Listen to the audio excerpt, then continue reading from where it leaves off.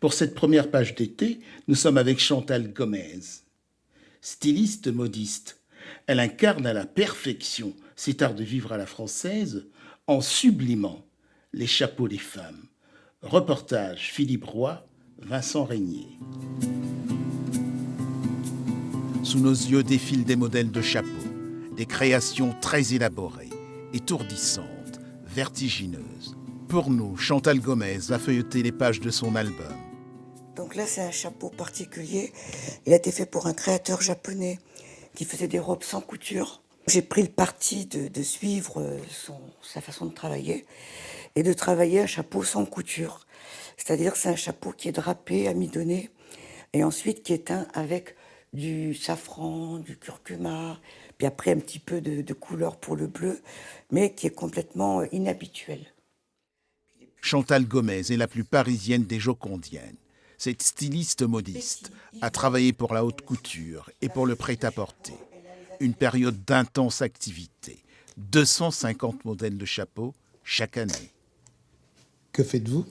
Là, je prends des photos de mes chapeaux pour mettre sur mon site en ligne et sur une plateforme de vente en ligne. Parce que déjà, un chapeau, s'il est acheté, il s'en va. Donc ça me fait une trace. Et aussi, ça me permet de voir l'ensemble de ce que j'ai fait.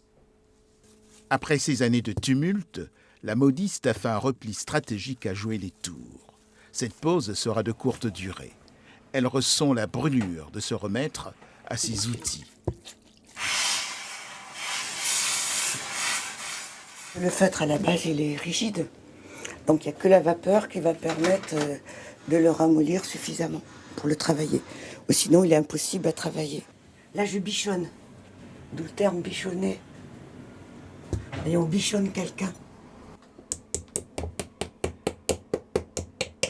Donc là, je suis dans la salle de coupe.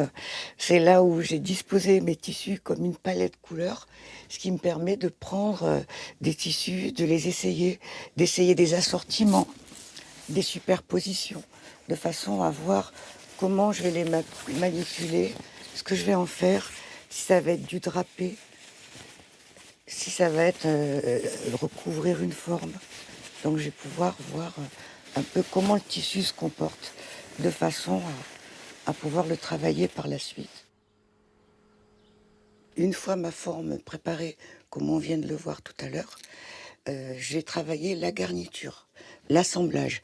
C'est-à-dire qu'un chapeau comme ça est fait en deux parties, la calotte et la passe.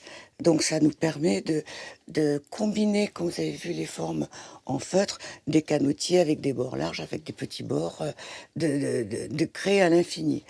Qui plus est, comme je vais travailler le feutre, je vais pouvoir rajouter à la main des petits détails qui ne sont pas dans la forme. Donc je peux interpréter de différentes façons la forme, voire la sculpter comme j'ai là. C'est une simple calotte qui m'a servi de base, et ensuite tout le reste est sculpté. Ce qui fait que ça fait des chapeaux uniques. Des chapeaux de rêve, des modèles uniques, faits main et sur mesure. Chantal Gomez, merci de nous recevoir. Qu'est-ce que vous avez choisi pour nous ? Alors, il y a déjà ce modèle-là, donc que j'avais créé pour un shooting photo pour les Miss Curvy en région centre. Et donc j'avais l'idée de quelque chose de très aérien pour les mettre en valeur, avec une étole assortie brodée, qui fait des transparences sur la peau, avec des petites plumes. Donc c'est quelque chose de très aérien. Vous n'avez pas donné son nom. Imprévu. Imprévu. Oui.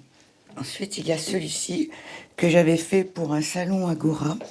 Donc c'était les voitures anciennes, donc, qui s'appelle Plaisir. Et là, on voit le travail des transparences, la composition florale, le mélange de plumes, le jeu de transparence avec de la dentelle et un drapé, organza et tulle.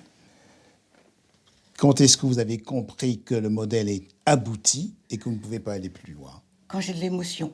C'est-à-dire que un chapeau peut aller très vite, comme il peut être long, méticuleux. Et quand je sens une émotion, c'est qu'il est prêt. Merci Chantal Gomez. Merci à vous d'être venu. Le prochain rendez-vous, c'est avec une créatrice de poupées devenue peintre.